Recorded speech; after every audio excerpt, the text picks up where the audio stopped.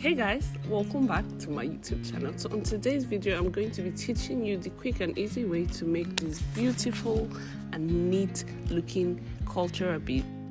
We're going to be needing white fondant, so you're going to divide it into two.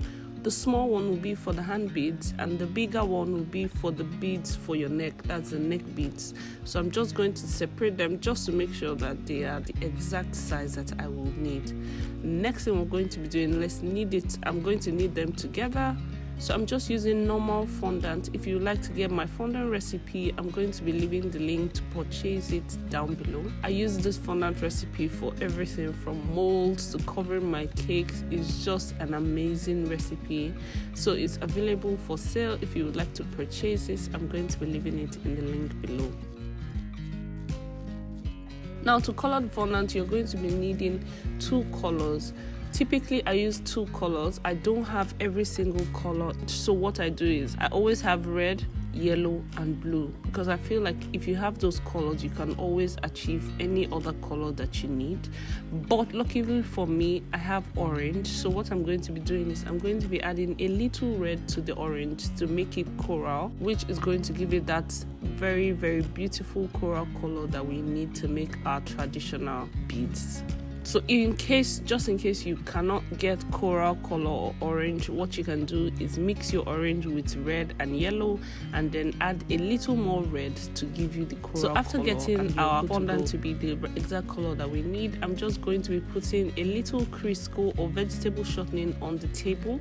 The reason why I do not want to roll it with fondant is because you're going to have pieces of white. You're going to have white particles of icing sugar in it, and that's not going to be really nice by the time your fondant is ready. So I'm just going to be rolling it out and then cutting it into two.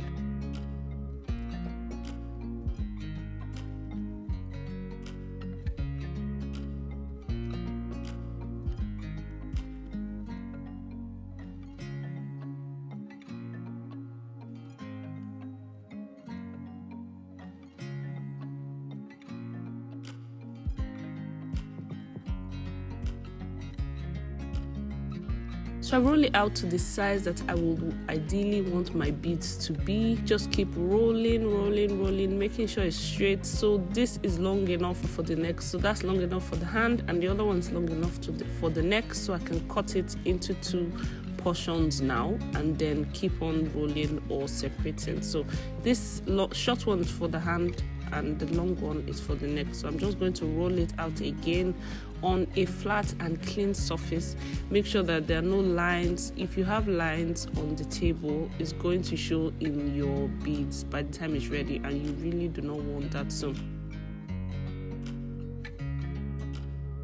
going to start cutting it into sizes. Now, depending on the size you would like to make for your beads, that will determine the size you cut it. I just want mine to be standard size, so I'm going to be using a sharp X-Acto knife and I'm just going to be cutting it. So after cutting, I put the cut up piece on top of it to get the measurement to cut the next one, because I want my beads to be almost the same size, not really exact but almost similar. So after doing that, I put it on top.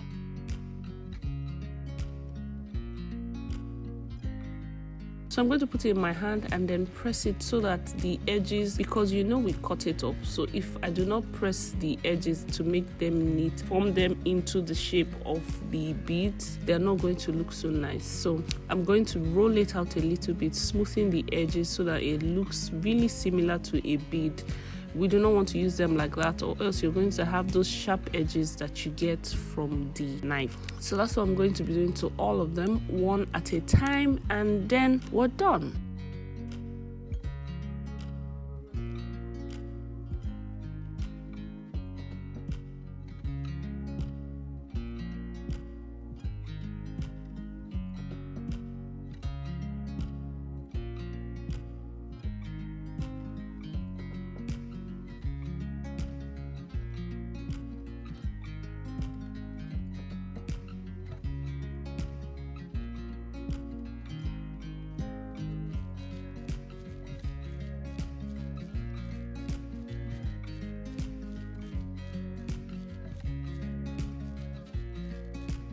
After rolling them, I'm going to be arranging them in the order that I'm going to be making them into the necklace, and then I'm going to be taking one out of it. That's one of the biggest ones, and I'm going to be adding the excess fondant that was left and the excess that I cut off from the edge of what we rolled, and that is going to be my biggest piece that will be in front, kind of like the normal bead. So I'll just take it, knead it again with the extra bead, with the extra fondant, and then I'll be able to get that big bead that usually stays in front of it.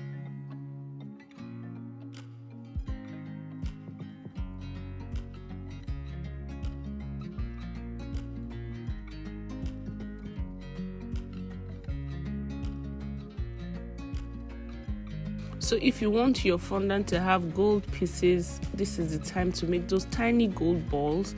This is the time to make those tiny gold balls. But on this tutorial, we're just going to be doing this plain normal fondant. Then we're going to need our red thread and this big needle.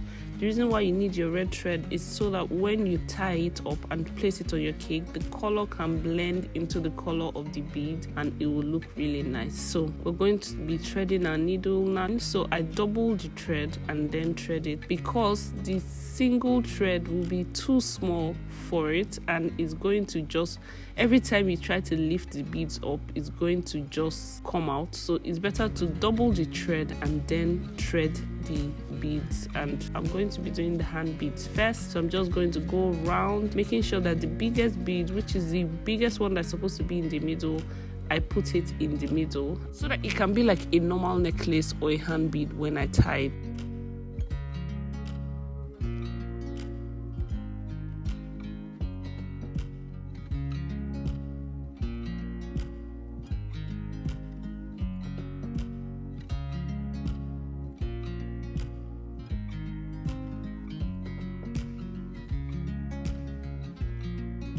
Now the next one we're going to be doing is our necklace. Now the reason why I arrange it in this position is so that I can pick it up as it is, because I like to make sure that while I'm making it, it's exactly the way it's supposed to be. So I pick it up and then thread and go along the way it's supposed to be, and then we get to the big one, and the big one will be in the middle. The big one is the biggest one that's supposed to be at the bottom when you wear your beads. So after doing that, we're just going to thread all of them, and then we're good to go, and just tie it any way that you like to tie.